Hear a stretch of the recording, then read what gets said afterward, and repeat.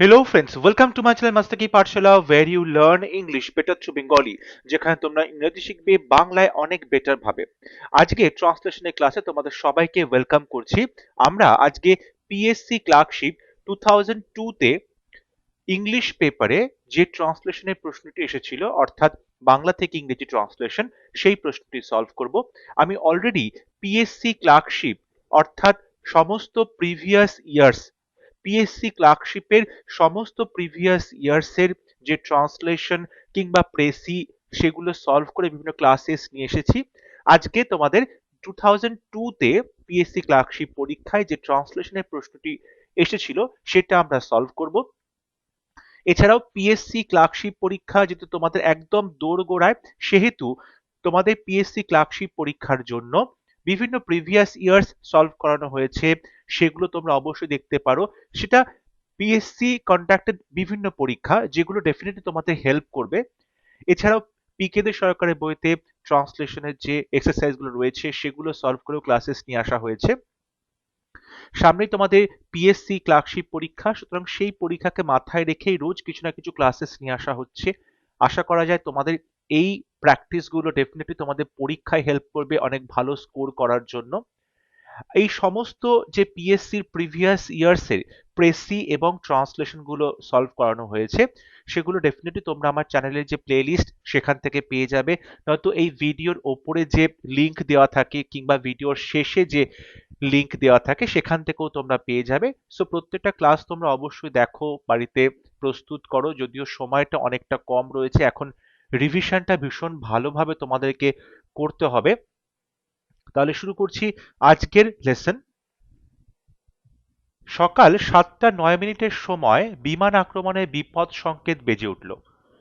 বলা হচ্ছে সকাল 7:09 সময়, মানে 7:09 হয়েছে, সেই সময় বিমান আক্রমণের বিপদ সংকেত বেজে উঠল, মানে সাইরেন বেজে উঠল। হঠাৎ দেখা গেল আকাশে এক চোখ ঝলসানো সাদাটে গোলাপি আলোর ঝলক, সেই সঙ্গে অস্বাভাবিক এক কম্পন। কয়েক সেকেন্ডের মধ্যে রাস্তা ও শহরের কেন্দ্রে, সাধারণ উদ্যানে হাজার হাজার মানুষ প্রচন্ড তাপপ্রবাহে দগ্ধ হয়ে গেল। দেওয়াল, বাড়ি, কারখানা এবং অন্যান্য অট্টালিকা যা কিছু তাপ তরঙ্গীয় প্রবাহের মুখে দাঁড়িয়েছিল তার প্রত্যেকটি সম্পূর্ণভাবে ধ্বংস হয়ে গেল। ঘোড়া, কুকুর এবং গবাদি পশু মানুষের মতো একই নিয়তির বলি হলো। এমনকি উদ্ভিদ জগৎ নিষ্কৃতি পেল না। সন্ধ্যার মধ্যে আগুন কমতে শুরু করলো এবং তারপর নিভে গেল। পোড়াবার মতো আর কোনো বস্তু অবশিষ্ট রইল না। হিরোশিমার অস্তিত্ব লুপ্ত হয়ে গেল। আমরা এতক্ষণে বুঝতে পেরেছি এই যে প্যাসেজটি, সেই প্যাসেজটি কোন বিষয়ে লেখা, এবং অবশ্যই সেটি হিরোশিমা নাগাসাকিতে যে দ্বিতীয় বিশ্বযুদ্ধের সময় অ্যাটম বম সেখানে ছোঁড়া হয়েছিল সেই ঘটনাটা নিয়েই এই প্যারাগ্রাফটা লেখা হয়েছে। এবং দেখো এই যে লেখাটা, সেই লেখাটা আসলে বলতে পারো গল্পের নাম হচ্ছে দি ফার্স্ট অ্যাটম বম, ঠিক আছে, সেই এসে থেকে নেওয়া হয়েছে এই বাংলাটা। তো খুবই মর্মান্তিক একটা ঘটনা, এবং আমরা চোখের সামনে যেন সেই দৃশ্যকল্পটা দেখতে পাচ্ছি। এত ভিভিড একটা ডেসক্রিপশন, এত স্পষ্ট, এত প্রাণবন্ত একটা ডেসক্রিপশন, যেন মনে হয় ঘটনাটা আমাদের চোখের সামনেই ঘটছে। সো এই যে প্যারাগ্রাফটা দিয়েছে সেই প্যারাগ্রাফটা আমরা এবার বাংলা থেকে ইংলিশে ট্রান্সলেট করব। ফার্স্ট সেন্টেন্স, সকাল 7:09 সময় বিমান আক্রমণের বিপদ সংকেত বেজে উঠল। সকাল 7:09 সময়, তার মানে বলতে পারো অ্যাট 9 minutes, দেখো 7:09, তাহলে 9 minutes past 7। এই যে পাস্ট মানে কি, অতীত হয়ে গেছে, মানে বেজে গেছে, ঠিক আছে। তাহলে 9 মিনিট হয়ে গেছে, কখন 9 মিনিট হয়ে গেছে, 7টা বেজে, তাহলে 9 minutes past 7। এবং এই সময়টা সকালবেলা, তাহলে ইন দি মর্নিং আমাকে লিখতে হবে। এবং ঘটনাটা যেহেতু অতীতকালে ঘটে গেছে তাই এটা আমরা পুরোটাই সিম্পল পাস্ট টেন্স বা পাস্ট টেন্সে আমরা লিখব, ঠিক আছে। পাস্ট টেন্সের বিভিন্ন ফর্মে আমরা লিখব। সো অ্যাট 9 minutes past 7, সকাল 7টা 9 মিনিটের সময় ইন দি মর্নিং, ঘটনাটা কি ঘটলো? বিমান আক্রমণের বিপদ সংকেত। এখানে সাবজেক্ট হচ্ছে বিমান আক্রমণের বিপদ সংকেত। দেখো, বিমান আক্রমণ বলতে বোঝানো হয় এয়ার রেইড, তাই তো? তাহলে তার আগে অ্যান বসবে, an air Raid. Air Raid মানে আকাশ পথে হামলা করা, মানে বিমান হামলা করা, বিমান আক্রমণ। তাহলে অ্যান এয়ার রেইড সংকেত, তাহলে এয়ার রেইড ওয়ার্নিং। সাবজেক্ট হচ্ছে অ্যান এয়ার রেইড ওয়ার্নিং। বেজে উঠলো, বেজে উঠলো মানে বেজে উঠেছিল। তাহলে এটা প্যাসিভে হবে সিম্পল পাস্টের, বলতে পারি ওয়াজ সাউন্ডেড, ওয়াজ সাউন্ডেড, কিংবা ওয়াজ ব্লোন করতে পারো, ব্লোন।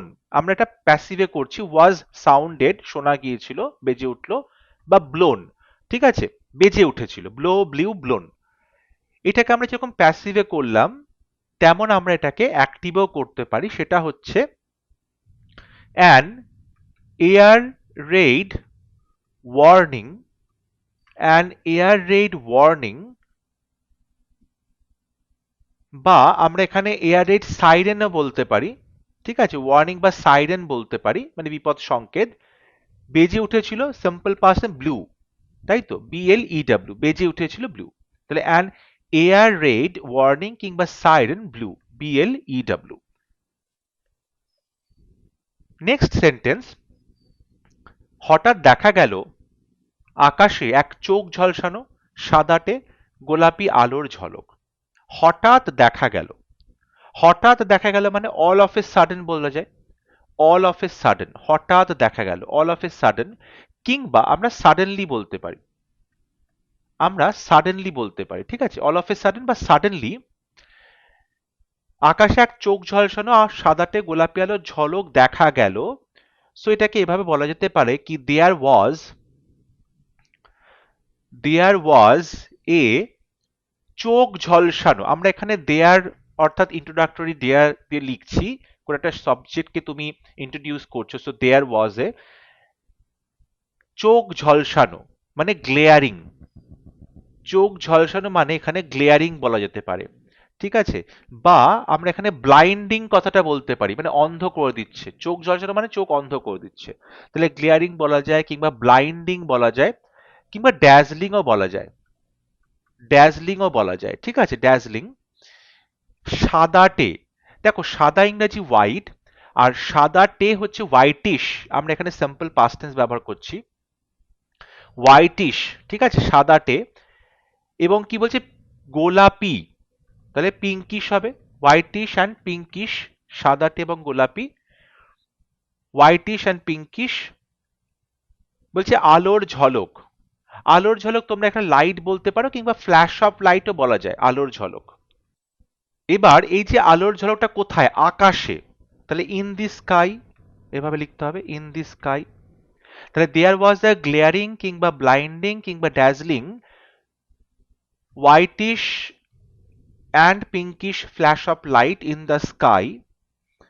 তারপরে কি বলছে, সেই সঙ্গে, সেই সঙ্গে মানে ইট ওয়াজ অ্যাকম্পানিড বাই, সেই সঙ্গে আমরা এখানে একটা ফ্রেজ লিখছি, accompanied by, accompanied by. Accompanied এর বদলে আমরা ফলোডও করতে পারি, ফলোড বাই, ঠিক আছে, তার পরপরই ঘটনাটা ঘটলো, তাহলে একে অপরকে অনুসরণ করলো। সো অ্যাকম্পানিড বাই বা ফলোড বাই অস্বাভাবিক এক কম্পন, তাহলে অস্বাভাবিক অ্যান্ড আনন্যাচারাল, আনন্যাচারাল অস্বাভাবিক, কিংবা আমরা আনইউজুয়াল বলতে পারি, আনইউজুয়াল, আনইউজুয়াল কম্পন, ট্রেমার, ট্রেমার বলা যায়, ঠিক আছে, ট্রেমার। বা আমরা শাডার বলতে পারি, শাডার কম্পন, SHUDDER, শাডার মানেও কম্পন, ট্রেমার মানেও কম্পন। তাহলে অল অফ এ সাডেন, হঠাৎ বা সাডেনলি, দেখা গেল মানে দেয়ার ওয়াজ এ চোখ ঝলসানো, গ্লেয়ারিং কিংবা ব্লাইন্ডিং কিংবা ড্যাজলিং, সাদাটে হোয়াইটিশ, গোলাপি অ্যান্ড পিঙ্কিশ আলোর ঝলক, flash of light in the sky. এবং তারপরে সেই সঙ্গে অস্বাভাবিক এক কম্পন, অ্যাকম্পানিড বাই কিংবা ফলোড বাই অ্যান আনন্যাচারাল বা আনইউজুয়াল ট্রেমার কিংবা শাডার। এই সেন্টেন্সটাকে আমরা একটু অন্যভাবেও লিখতে পারি, যেখানে আমরা এখানে দেয়ার ওয়াজ এ লিখছি, সেখানে আমরা যদি ডিরেক্টলি এই যে লাইটটাকে একটা সাবজেক্ট করি কি লাইটটা দেখা গেল, মানে লাইট আবির্ভূত হলো সেরকমও বলতে পারি। সেক্ষেত্রে আমরা এই যে হঠাৎ দেখা গেল তার মানে কি হঠাৎ একটা আলো, সুতরাং আমরা এখানে হঠাৎটাকেও একটা অ্যাডজেক্টিভ করে দিচ্ছি, আ সাডেন ব্লাইন্ডিং লাইট। আমরা হঠাৎটাকেও একটা অ্যাডজেক্টিভ করে দিলাম, আ সাডেন ব্লাইন্ডিং লাইট। যে লাইটটা হচ্ছে সাদা, হোয়াইট অ্যান্ড পিঙ্ক, সাদা এবং গোলাপি, হোয়াইট অ্যান্ড পিঙ্ক, আবির্ভূত হলো, সিম্পল পাস্ট টেন্স, তাহলে অ্যাপিয়ার্ড হবে, অ্যাপিয়ার্ড ইন দি স্কাই, আকাশে আবির্ভূত হলো, অ্যাপিয়ার্ড ইন দি স্কাই। এবং তারপরে যেমন ছিল যে অ্যাকম্প্যানিড বাই বা ফলোড বাই অ্যান আনন্যাচারাল বা আনইউজুয়াল ট্রেমার বা শাডার। আমরা দেয়ার দিয়েও সেন্টেন্সটা লিখতে পারি, আবার এই লাইটটাকে সাবজেক্ট করে এখানে অ্যাপিয়ার্ড ভার্ব নিয়ে আসা হলো, সেভাবেও লেখা যেতে পারে। নেক্সট সেন্টেন্স, কয়েক সেকেন্ডের মধ্যে রাস্তা ও শহরের কেন্দ্রে সাধারণ উদ্যানে হাজার হাজার মানুষ প্রচন্ড তাপপ্রবাহে দগ্ধ হয়ে গেল। খুবই মর্মান্তিক একটি দৃশ্য। এই লাইনটা পড়তে পড়তে আমার মাথার মধ্যে সেই ইমেজেরিগুলো ভেসে আসছে এবং খুবই মর্মান্তিক একটা ঘটনা ঘটানো হয়েছিল সেই সময়। বলছে কয়েক সেকেন্ডের মধ্যে, তাহলে কয়েক সেকেন্ডের মধ্যে আমরা বলতে পারি উইদিন এ ফিউ সেকেন্ডস, কয়েক সেকেন্ডের মধ্যে, উইদিন আ ফিউ সেকেন্ডস। এরপরে দেখো রাস্তা ও শহরের কেন্দ্রে সাধারণ উদ্যানে হাজার হাজার মানুষ, সাবজেক্ট তাহলে কি হচ্ছে হাজার হাজার মানুষ, সাবজেক্ট হচ্ছে হাজার হাজার মানুষ, তাহলে আমরা লিখবো হাজার হাজার মানুষ বলতে thousands of people, thousands of people, হাজার হাজার মানুষ। মানুষগুলো কোথায় ছিল? রাস্তায় এবং শহরের কেন্দ্রে। রাস্তায় তাহলে in the streets, in the streets. আর কোথায় ছিল? সাধারণ উদ্যানে, শহরের কেন্দ্রে। অ্যান্ড গার্ডেন, তাহলে in the streets and garden, এবং গার্ডেনটা কোথায় ছিল? শহরের কেন্দ্রে, তাহলে in the town centre, in the town centre বা in the centre of the টাউনও বলতে পারো, ঠিক আছে? In the town centre.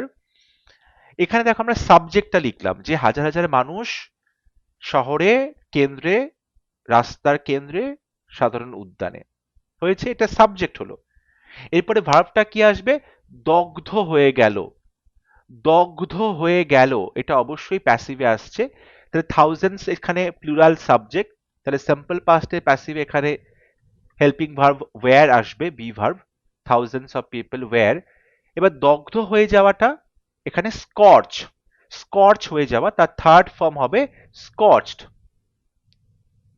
স্কর্চড। কিংবা আমরা বার্নড কথাটাও বলতে পারি, পুড়ে গেল, বার্নড কথাটাও বলা যায়, ঠিক আছে? তাহলে ওয়্যার স্কর্চড কিংবা বার্নড, কিসের দ্বারা? প্রচন্ড তাপপ্রবাহে, বাই, প্রচন্ড তাপপ্রবাহে, বাই এ, এই যে প্রবাহ, তাহলে ওয়েভ অফ, ওয়েভ অফ, বুঝে প্রচন্ড তাপ, প্রচন্ড তাপ, প্রচন্ড তাপ বলতে আমি ইন্টেন্স বলতে পারি, ইন্টেন্স, বা আমি এক্সট্রিম বলতে পারি, বা একটা ভালো শব্দ আছে সিয়ারিং, ঝলসে যাওয়া, দগ্ধ হয়ে যাওয়া প্রচন্ড ভাবে।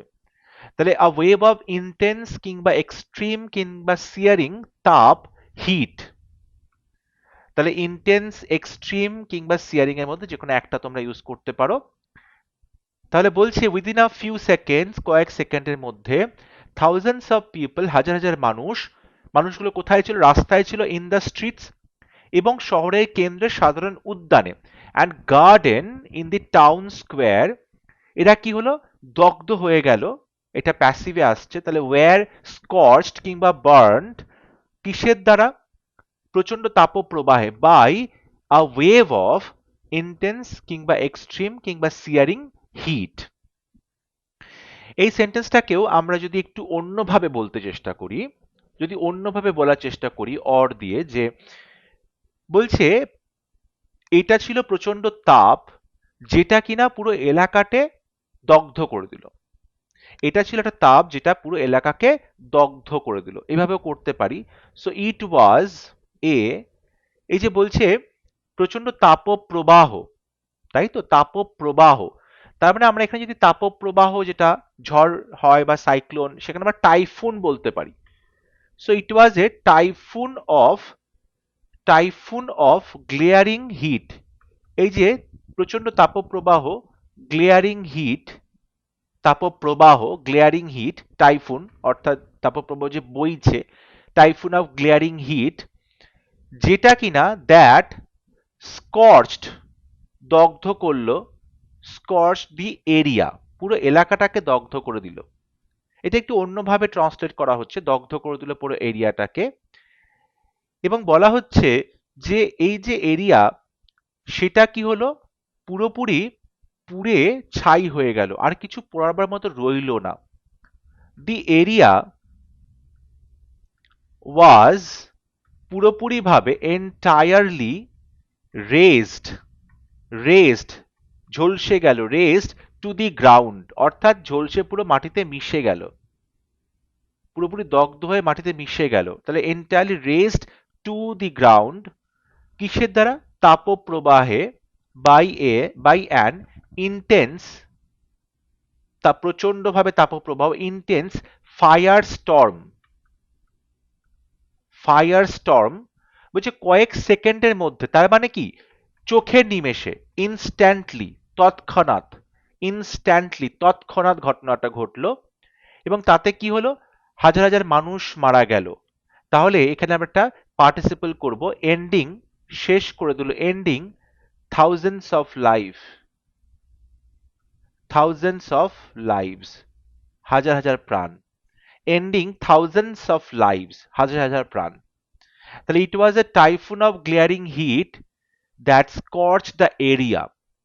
দেখো এখানে রাস্তা, শহরের কেন্দ্রে সাধারণ উদ্যান, মানে কি পুরো শহরটার কথাই বলা হচ্ছে। সো এটা পুরো এরিয়াটাই বলা হলো। And the area was entirely rest, পুরোপুরি ভাবেই আগুনে দগ্ধ হলো, টু দি গ্রাউন্ড, মানে সবকিছু পুড়ে একদম পুরো ছাই হয়ে গেল, by an intense fire storm, প্রচন্ড ভাবে তাপপ্রবাহ, ইনস্ট্যান্টলি এন্ডিং, তৎক্ষণাৎ শেষ করে দিল, থাউজেন্ডস অফ লাইভস, হাজার হাজার প্রাণকে। নেক্সট সেন্টেন্স, দেওয়াল, বাড়ি, কারখানা এবং অন্যান্য অট্টালিকা যা কিছু তাপ তরঙ্গে প্রবাহের মুখে দাঁড়িয়েছিল, তার প্রত্যেকটি সম্পূর্ণভাবে ধ্বংস হয়ে গেল।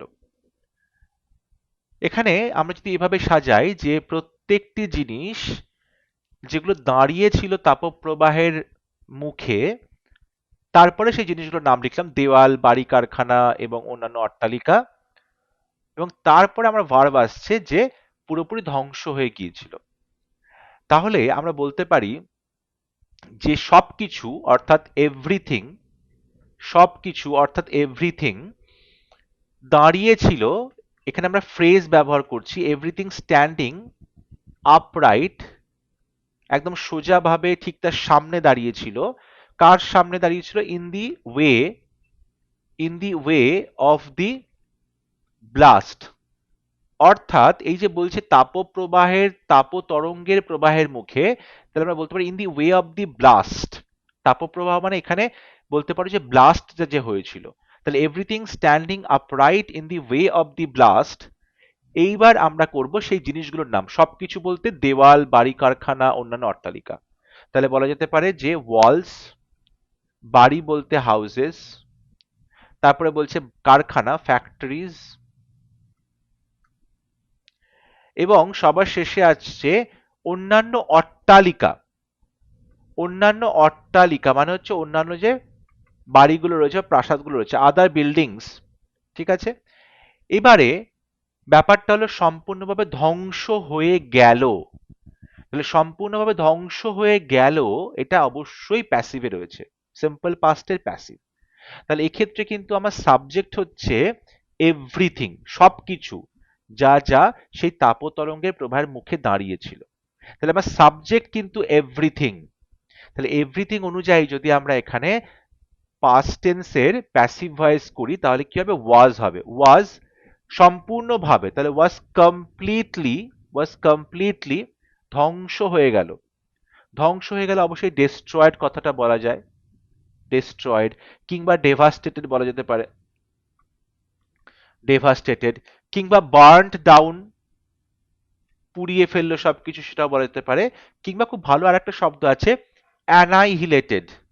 অ্যানিহিলেটেড, অ্যানাইহিলেটেড মানে হচ্ছে ধ্বংস হয়ে যাওয়া, সম্পূর্ণভাবে ধ্বংস হওয়া। সো বলতে পারো যে তাপ, যা সবকিছু যেগুলো দাঁড়িয়েছিল তাপ তরঙ্গের প্রবাহের মুখে, অর্থাৎ এভরিথিং দাঁড়িয়েছিল, এখান থেকে আমরা একটা সাবক্লজ করছি না, আমরা কিন্তু ফ্রেজ করছি একটা। ঠিক আছে, এটা কেউ সাবক্লজ বলবো না, এটা কিন্তু ফ্রেজ, একটা পার্টিসিপল ফ্রেজ, যে স্ট্যান্ডিং আপরাইট, একদম সোজা সামনে দাঁড়িয়েছিল, in the way of the blast, সেই তাপতরঙ্গের প্রবাহের মুখে কি কি দাঁড়িয়েছিল। তারপরে আমরা ওয়ালস, বাড়ি, হাউসেস, কারখানা, ফ্যাক্টরিজ অ্যান্ড অন্যান্য অট্টালিকা, আদার বিল্ডিংস। এরপরে কি হচ্ছে, এরপরে ভার্ব আসবে, এভরিথিংটা সাবজেক্ট, সেটা অনুযায়ী ভার্ব আসবে। ধ্বংস হয়ে গেল, সিম্পল পাস্টে প্যাসিভ হবে, সো ওয়াজ হবে। তারপরে সম্পূর্ণভাবে completely, destroyed third form, destroyed কিংবা ডেভাস্টেটেড কিংবা বার্নড ডাউন কিংবা অ্যানাইহিলেটেড বলা যেতে পারে।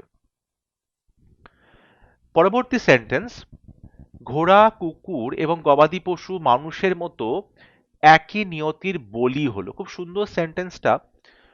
বলছে ঘোড়া, কুকুর এবং গবাদি পশু। ঘোড়া হর্সেস, কুকুর বলতে ডগস, অ্যান্ড গবাদি পশু অর্থাৎ ক্যাটল। ক্যাটল শব্দটাই প্লুরাল শব্দ, এর সাথে এস যোগ করা দরকার নেই। So houses, horse's, dogs and cattle বলছে একই নিয়তির বলি হলো। তার মানে তারাও কিন্তু একই দুর্ভাগ্যের সম্মুখীন হলো। তাহলে তারাও কষ্ট পেয়েছিল, সাফার্ড করা যেতে পারে, কিংবা মেট তাদের সাক্ষাৎ হলো, কিংবা তাদের সম্মুখীন হলো ফেস্ট। তাহলে আমরা এখানে সিম্পল পাস্ট টেন্স ব্যবহার করছি। সাবজেক্ট হচ্ছে হর্সেস, ডগস অ্যান্ড ক্যাটল। তাদের কি হলো, সাফার করলো তারা, অর্থাৎ সেই কষ্টটা ভোগ করলো, মানে যেটা বলছে বলি হলো আর কি, সাফার বা মেট কিংবা ফেস্ট।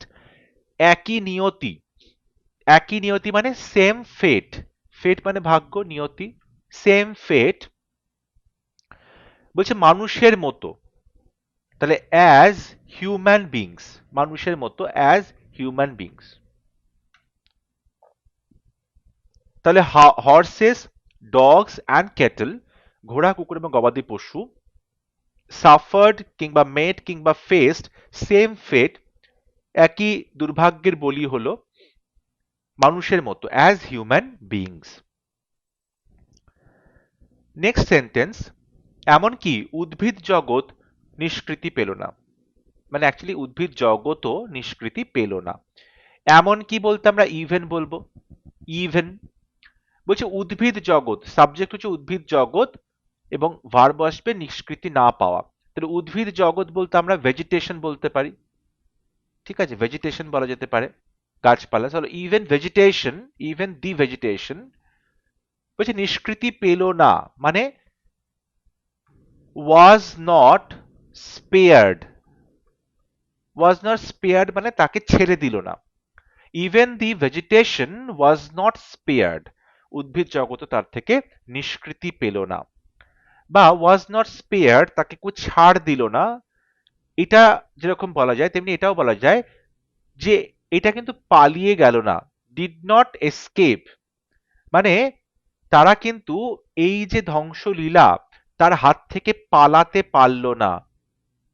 গাছপালা কিন্তু পালাতে পারলো না, যেখানে মানুষ পায়ে হেঁটে চলাফেরা করে তারাই পালিয়ে বাঁচতে পারলো না, সেখানে গাছপালা যারা একটা জায়গাতে স্থির তারা কি করে নিজেদেরকে রক্ষা করবে। ইভেন দি ভেজিটেশন, এমনকি উদ্ভিদ জগৎও ওয়াজ নট স্পেয়ার্ড, অর্থাৎ তাদেরকেও ছাড়া হলো না, কিংবা ডিড নট এসকেপ, তারাও কিন্তু পালিয়ে যেতে পারলো না। সন্ধ্যার মধ্যে আগুন কমতে শুরু করলো। সন্ধ্যার মধ্যে, বাই দি ইভিনিং, সন্ধ্যার মধ্যে মানে বাই দি ইভিনিং আগুন কমতে লাগলো। দ্য ফায়ার, আগুন কমতে লাগলো তার মানে আস্তে আস্তে আগুনটা মরে যেতে লাগলো। The fire began to die down, অর্থাৎ আগুনটা আস্তে আস্তে কমে যাচ্ছে বা নিভে যাচ্ছে। তাহলে the fire began to die down, আগুনটা কিন্তু শেষ হয়ে যেতে শুরু করলো। ঠিক আছে, তাহলে সন্ধ্যার সময়, সন্ধ্যার মধ্যে by the evening the fire began to die down, এবং অ্যান্ড তারপর নিভে গেল, অ্যান্ড দেন নিভে গেল, ইট নিভে যাওয়া মানে এক্সটিংগুইশ, ঠিক আছে, আমরা যদি পাস্ট টেন্সে করছি তাহলে ইট এক্সটিংগুইশড, এটা নিভে গেল, কিংবা আমরা বলতে পারি ইট ওয়েন্ট আউট মানে হচ্ছে নিভে যাওয়া। তাহলে বাই দি ইভিনিং, সন্ধ্যের মধ্যে, the fire began to die down, আগুনটা কমতে শুরু করলো, অ্যান্ড দেন এবং তারপর নিভে গেল, ইট এক্সটিংগুইশড কিংবা it went out. Next sentence, পোড়াবার মতো আর কোনো বস্তু অবশিষ্ট রইল না। কি প্যাথেটিক একটা দৃশ্য ভাবো, যে আগুনটা আর কিছু পোড়ানোর মতো বস্তু পাচ্ছে না, তার মানে সমস্ত কিছুই পুড়ে ছাই হয়ে গেছে সেখানে। তাহলে পোড়াবার মতো কোনো বস্তু অবশিষ্ট রইল না, আমরা এখানে অবশ্যই দেয়ার দিয়ে সেন্টেন্সটা লিখবো, যে there was nothing left, there was nothing left, কোনো কিছু অবশিষ্ট রইল না, দেয়ার ওয়াজ নাথিং লেফট, কিসের জন্য? পোড়াবার জন্য। তাহলে টু বার্ন, পোড়াবার জন্য, there was nothing left to burn, there was nothing left কোনো কিছুর অবশিষ্ট নেই, টু বার্ন পোড়াবার মতো মানে পুড়ে যাবার মতো, দেয়ার ওয়াজ নাথিং লেফট কোনো কিছু অবশিষ্ট নেই, টু বার্ন। এবং আজকে ক্লাসের লাস্ট সেন্টেন্স, হিরোশিমার অস্তিত্ব লুপ্ত হয়ে গেল, হিরোশিমার অস্তিত্ব লুপ্ত হয়ে গেল।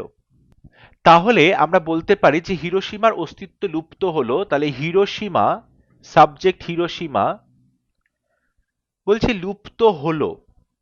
দেখো অস্তিত্ব মানে হিরোশিমা পুরোটাকেই বোঝানো হচ্ছে, লুপ্ত হলো, তাই তো, লুপ্ত হয়ে গেল, অর্থাৎ বলতে পারি আমরা পাস্ট পারফেক্ট টেন্স, মানে কাজটা হয়েছে কিন্তু কাজের প্রভাবটা রয়ে গেছে, এখনো কিন্তু হিরোশিমার যে কথা, তার যে ধ্বংসলীলা, সেগুলো মানুষ মনে রেখেছে, তার প্রভাবটা এখন রয়ে গেছে।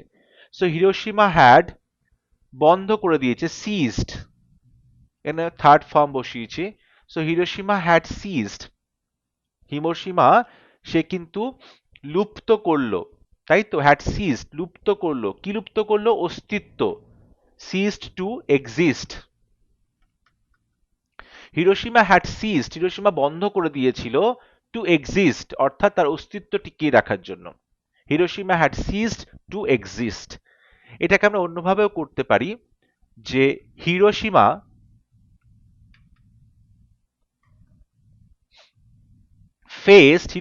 ফেস্ট, এই যে বলছে অস্তিত্ব লুপ্ত হলো মানে কি পুরোপুরি নিশ্চিহ্ন হয়ে গেল, তাহলে আমরা এক্সটিংশন বলতে পারি, এক্সটিংশন বলা যায়, হিরোশিমা ফেস্ট এক্সটিংশন।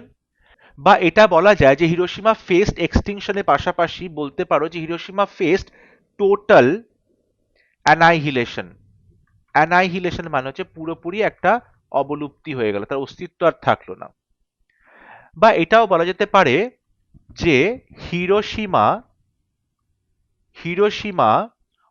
হিরোশিমা হয়েছিল প্রায় লুপ্ত আর কি, ভার্চুয়ালি, প্রকৃতপক্ষে ভার্চুয়ালি অবলিটারেটেড মানে কিন্তু পুরোপুরি বলতে পারো যার বিলুপ্ত হওয়া, অর্থাৎ তার অস্তিত্বটা পুরোপুরি কিন্তু মুছে গেছে, অবলিটারেট হয়ে গেছে। So Hiroshima was virtually obliterated, Hiroshima was virtually obliterated. তাহলে এই সেন্টেন্সটাকে আমরা বিভিন্ন ভাবে ব্যবহার করতে পারি। Hiroshima had ceased to exist, Hiroshima তার অস্তিত্বটাকে, তার বেঁচে থাকাটাকে বন্ধ করে দিল। হিরোশিমা ফেসড এক্সটিংশন বা টোটাল অ্যানাইহিলেশন, ঠিক আছে, আমরা এখানে পারফেক্ট টেন্স ব্যবহার করি, past perfect tense, Hiroshima face করেছে অবলুপ্তি, এক্সটিংশন কিংবা টোটাল অ্যানাইহিলেশন, কিংবা বলা যেতে পারে হিরোশিমা ওয়াজ ভার্চুয়ালি অবলিটারেটেড, এটা আমরা সিম্পল পাস্টে প্যাসিভে করলাম, হিরোশিমা প্রকৃতপক্ষে ওয়াজ ভার্চুয়ালি অবলিটারেটেড, পুরোপুরি নিশ্চিহ্ন হয়ে গেছে, অবলিটারেটেড মানে হচ্ছে পুরোপুরি নিশ্চিহ্ন হয়ে যাওয়া। আই হোপ আজকে ক্লাস তোমাদের ভালো লেগেছে। যদি ভিডিওটি ভালো লাগে ভিডিওটি অবশ্যই লাইক করবে, শেয়ার করবে এবং আমার চ্যানেলটি সাবস্ক্রাইব করতে ভুলবে না। পরবর্তী লেসনে খুব শীঘ্র দেখা হবে, ততক্ষণ সবাই ভালো থাকবে, সুস্থ থাকবে। Thank you.